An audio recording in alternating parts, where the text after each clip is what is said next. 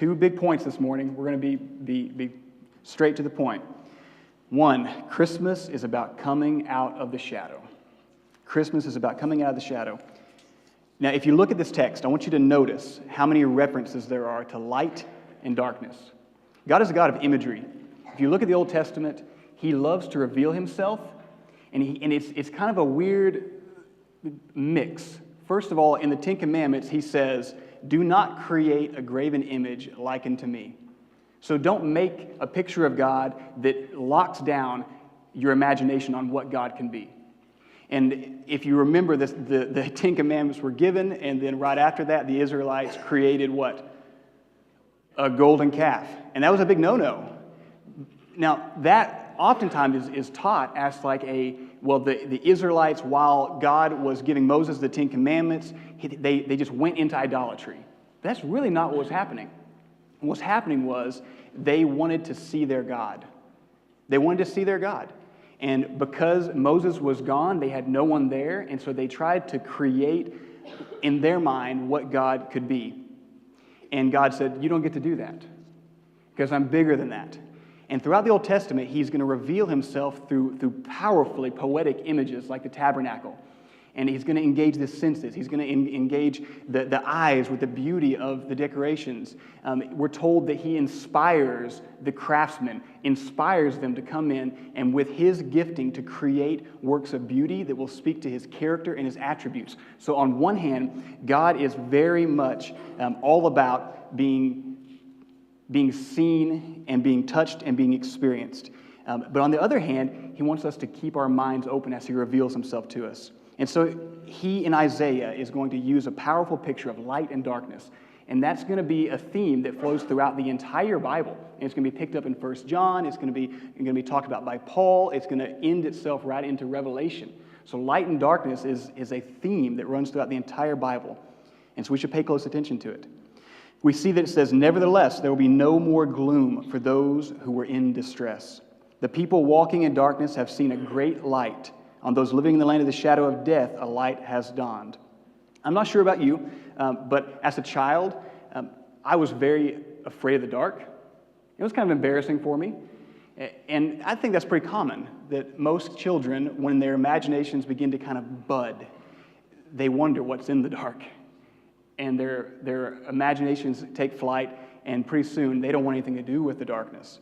And so they need a nightlight. They need something. Well, the house I grew up in didn't have nightlights. We didn't have that. But every year around Christmas, we would light a tree up. And we would put the lights on the tree. And there would be lights all around. When you drove down the street, you would see them in windows. You would see them on houses. And these lights, for 2 to 3 weeks of the year, would dispel fear. Because there was light everywhere. I didn't have to fear the darkness. This is a metaphor of what, for Christmas, it's a metaphor of what light can do for our life. That we can actually live in this world, in the midst of the actual gloom of darkness, and not have to face fear. Now, I want to look back and want to see that the question here in this text is, what is the darkness? What's the darkness? Well, this is actually a Hebrew parallelism. It means that he'll say the answer in the second part. So he'll say go back here to verse 2. "The people walking in darkness have seen a great light. On those living in the land of the shadow of death, a light has dawned." So it talks about darkness in verse 2, but he doesn't tell you what the darkness is. It's only whenever he repeats himself that he gives you the answer. And in Hebrew, that literally means in death's darkness. It's not a phrase, it's one word. It's death's darkness. And so this morning, we're going to talk a little bit about death so we can get to life. Now, I would say that in this culture right now, we are more preoccupied with death than any other culture that's ever lived. I would say that right now in our culture, we are more preoccupied and we live in the shadow of death more than any other time in all of history. Now, you would say, well, hold on, how's that possible? We live longer than any other society in history, except the beginning of the Bible times. We can't count that. So let's just play this out a little bit. If you go back to the beginning of the 18th and 19th century, and you look to the major U.S. cities in America, you're going to see that cholera was a big problem. And doctors recorded their cases at the time, and so we have meticulous records of the cholera outbreaks in the 18th and 19th century. And what we find out is that people would present with a symptom, and with as little as 5 hours would literally drop dead. I mean, that's crazy, right? Within as little as 5 hours, people were just dropping dead in the streets. If you look at that same generation, there's a biography written about a Puritan minister, and he lived in Boston. We know that both his wives die, and 13 of his 15 children pass away. He outlives them all. He buried 13 of his 15 kids. So how can we say that we're more preoccupied with death than them? They would have their children, and they would have a lot because about half of them statistically would not make it to adulthood. Now, these are extreme examples, but I think you're going to find that we actually live in a time, in a civilization, modern Western civilization, that's more haunted by death, is more darkened by death than any civilization that has ever existed. We live in the shadow. On the one hand, if you live in the modern Western society, you are actually less likely to come into contact with dead bodies. We're an institutionalized society, so others deal with that problem for us. But at the turn of the century, people died in the bedroom, and then you prepared their body, and you buried them on the back 40. You had a close interaction with death. But really, death hasn't changed much, has it? The situation is fundamentally the same. It's 100%. It's still 1-to-1. But modern Western civilization is the first civilization in history that has lost its consensus and lost any certainty that there's anything after death. I'm going to say that again. We live in a society that has no consensus on what happens after we die. Every other civilization that has ever lived believed that this life was nasty, it was difficult, it was short, but only part of our life. Because after we died, there was another world. There was another life. Every civilization that's ever lived has had people who had doubts and had questions. But this is the first time that we've had consensus, that the majority of people place a question mark on what comes next.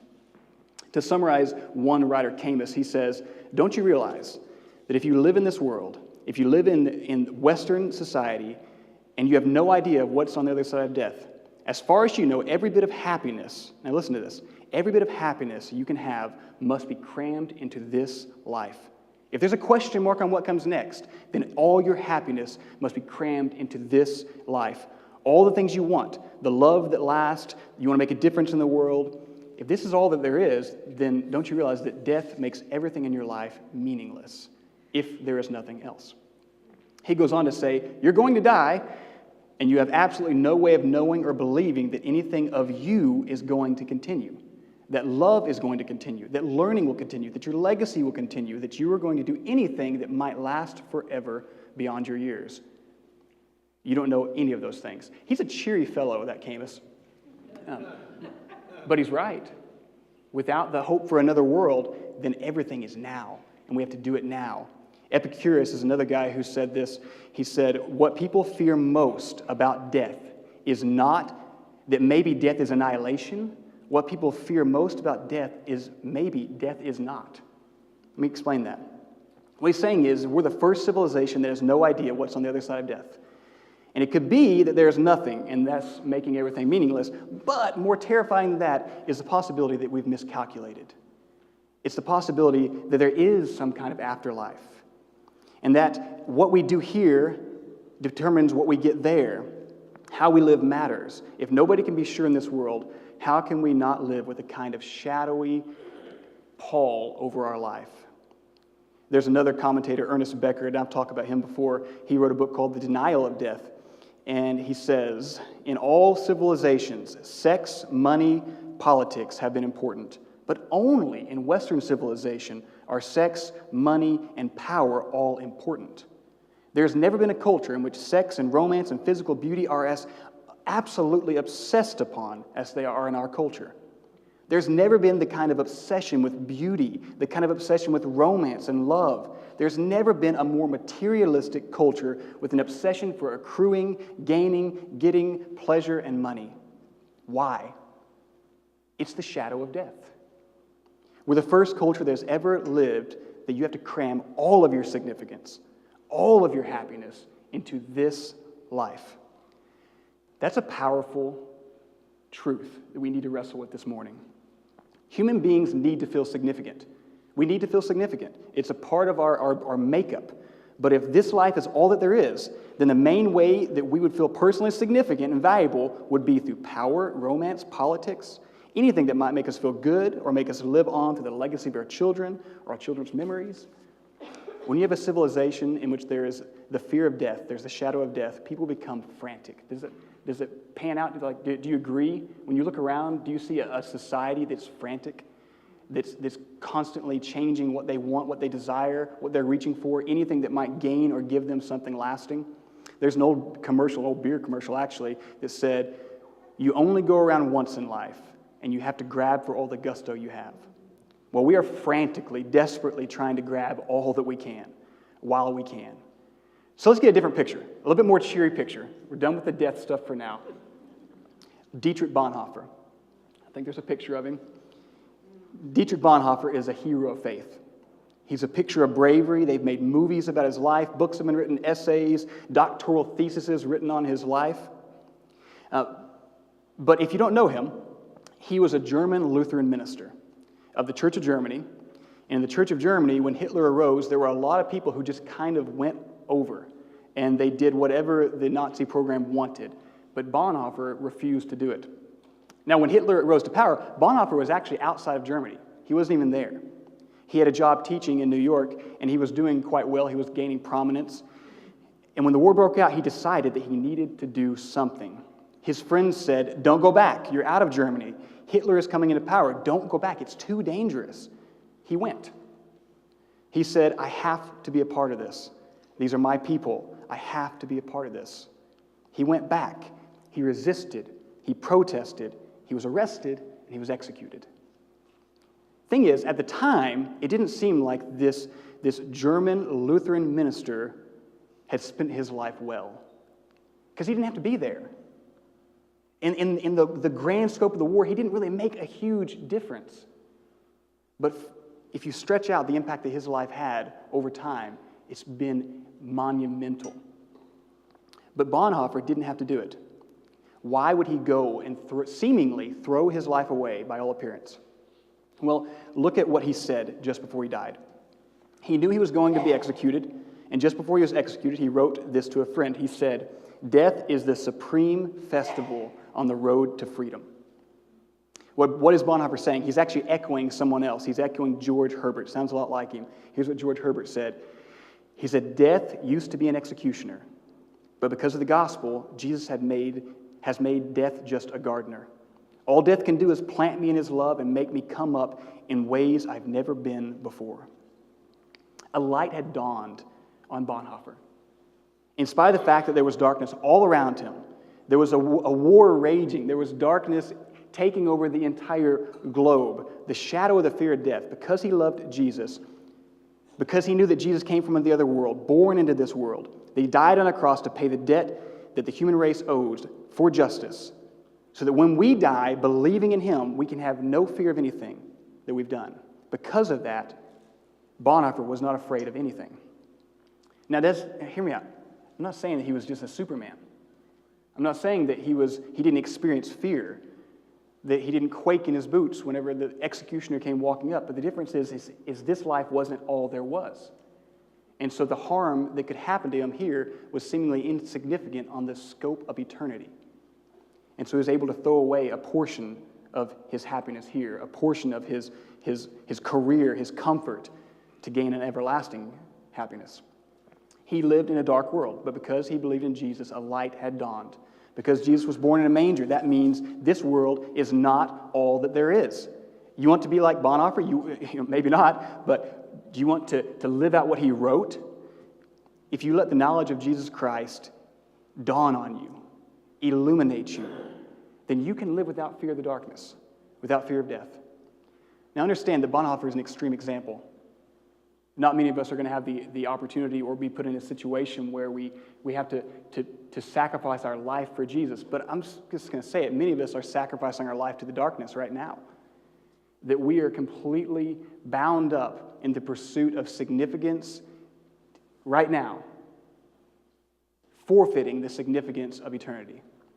That we're more concerned with what our peers think, with what our families think, with what our kids think of us. We're more concerned with the illness that's raging in our bodies. And we feel like all is lost, that we're losing. But as Christians, church, don't you understand? You are not losing anything. You're gaining. Death is but a stop on the road to eternity. If we can hold that in our heart, it's hard. It's a test. It's lenses that we have to see the world through. If we can do that, then we can understand that Christmas, yes, it's about beauty, but it's about pushing back the darkness, and it's a powerful thing. Christmas means fear no darkness. Christmas means fear not, there is more. The angels are always showing up in the Christmas stories, and they say things like, fear not, Mary. Fear not, Zechariah. Fear not. Fear no darkness. Second thing this morning is Christmas is a gift of grace. The rest of this text is about the fact that this light that can come into your life and make you like Bonhoeffer, have courage, it can only be received as a gift. The language all throughout this text is about gift versus merit, gift versus achievement. Look at verse 4, for example. It talks about, for as in the days of Midian's defeat. That's a reference to the time in which God delivered the Israelites from the Midianites through Gideon. But he made Gideon send the entire army home before God defeated the Midianites to show them that salvation never comes through human ability or power, but through God's grace. Look at verse 5. Every warrior's boot used in battle, every garment rolled in blood will be destined for burning, will be fuel for the fire. This is Isaiah saying, the deliverance this son, this child who is born is going to bring means you don't need to do a thing to contribute to it. You don't need military power or hardware. You can burn it all because this son, this child will do it all. Ultimately, the language gets down to us a child is born, to us a son is given. But who is this child? Who is this son? We're told that he is the mighty God. Now, even though the two terms are separated in our text a little bit by some words, I don't want to miss this connection. This is one of the most astounding, astonishing, groundbreaking truths that the world had ever heard and will ever hear. This text says, the mighty God was born. God was born. Now, listen, God is eternal. God is triune. The Son has existed forever. But this Son said, I have to be a part of that. These are my people. I have to go. That is the reason why salvation is a gift. It's a gift because the mighty God was born, not because the mighty God just showed up and gave us visions and gave us messages. The mighty God had to be born into history. My daughters were fighting the other day over something important to them, but it was pretty petty in the grand scheme of things. And so I stopped and separate them, and I said, this is what you get whenever you have a preacher for a father. I said, how are you saved? And they said, by believing in Jesus. And I said, wrong. How are you saved? Well, by doing what Jesus says. Evie's listening in Sunday school. And I said, wrong. You're saved by grace. You're saved because you don't have to worry about your rights. I remember what it was. One of them felt like that they had been taken advantage of. And they needed to retaliate, and so they ended up getting in a fight. The thing is, you don't have to do that, because we've been saved by grace. Are you concerned with your rights? Do you want fair? No, we don't want fair. Because fair is that we are sinners deserving of death and condemnation, and where our rights have been forfeit. We are guilty. Jesus comes and he says, I come even though you don't deserve it. I die for you even though I don't have to. I want to. I want to be a part of this. He is the mighty God. Now, there's another person who says this in another way. It's John in his first epistle. He says in verse 1, that which was from the beginning, which we have heard, which we have seen with our eyes, which we have looked at, and our hands have touched. This we proclaim concerning the word of life. The life appeared. Listen to that. The life appeared. We have seen it. We testify to it. We proclaim to you the eternal life who is with the Father and has appeared to us. Life has appeared. Both Isaiah and John are saying that when Jesus Christ came into the world, he came with the power of God, and that is no small thing. I want you to put your brain around what he's saying. The power of God appeared. This is the God who is described in Amos chapter 1 as the Lord roaring. The Lord roars from Zion, and he utters his voice from Jerusalem. The pastures of the shepherds mourn, and the top of Carmel withers. Now, if you're not familiar what this is referencing, it's 1 Kings 18, where 950 prophets of the false gods Baal and Asherah are gathered together for a showdown on the top of Mount Carmel. And while they're there, the test is, can your God present fire from heaven to consume the offering? And the Baal and Asherah's prophets, they fail. But whenever Elijah says a simple request of God, fire comes down with such fury that it consumes not just the altar, not just the sacrifice, the stones themselves, the water that was on the sacrifice, and the ground beneath it. Now think about this. Amos is saying, this Lord is roaring in fury because his people have gone away to idolatry. They've been chasing other lovers.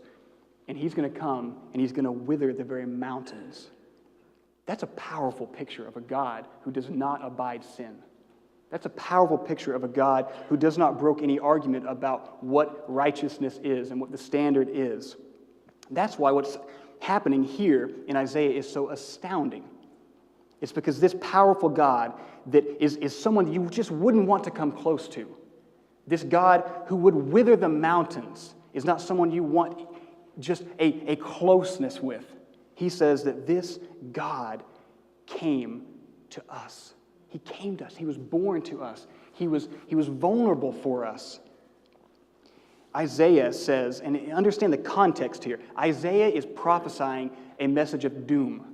All the prophets largely were prophesying a message of doom, but Isaiah in particular, he was warning the Israelites, saying, you cannot resist what's about to happen. You cannot resist it. You are going to be invaded. Because of your sin, because you have fallen away from God, you're going to be invaded. Your family is going to be torn apart.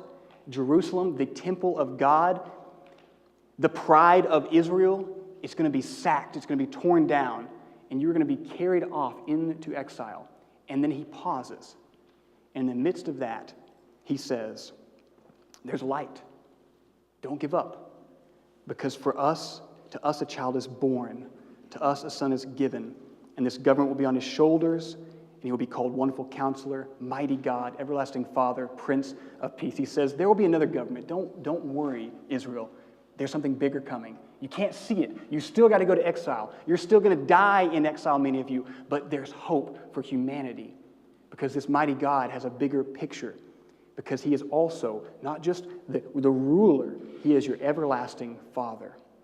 Why the word Father?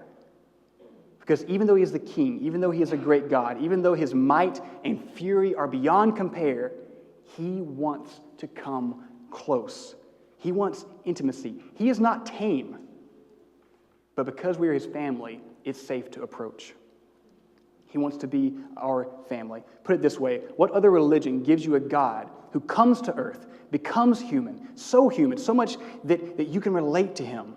Here's a God who takes a hold of a woman's hand who lost her son and says, don't cry. Here's a God who takes the hand of a little girl who is dead and says, Talitha cum, honey, get up. Here's a God who cries out on the cross that he has been forsaken for us.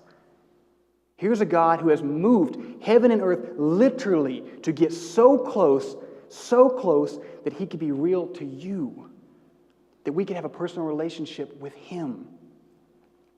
If God did all of this, if he did all of this to come into this world, to be real to us, don't you believe that in this moment now, if you are quaking in fear, if you are a subject to the darkness, that if you just ask, then he will send his counselor, he will send his Holy Spirit to enter in and remake all of the dark places. That there's a brief moment of trial in this life compared to the everlasting glory that is ours if we just ask.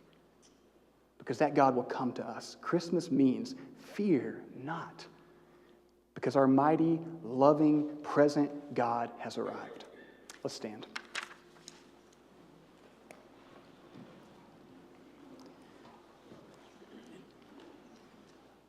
Father, as you so loved us to send your Son, as you, in the beginning of time, before a single thing had been created, a star had not left from your voice, the waters had not been separated, no life had been breathed into man, and yet, Jesus, you were there looking ahead, and you knew that these people you would make would be desperate without you. That they would not be enough unto themselves, that they would need a God who would be willing to come and be present to say, I need to go and be a part of this. And you did, and you came. And you experienced our suffering, and you experienced the ridicule and the death for us. So that now we can stand as a body of believers and say with power and conviction that the darkness holds no fear. That the addictions hold no fear. That the rejection of our family holds no fear. That the brokenness holds no fear. That the disease holds no fear. Because Jesus, you have come. You are here. We praise you. We thank you. And we look to your light this morning. Praise in your name.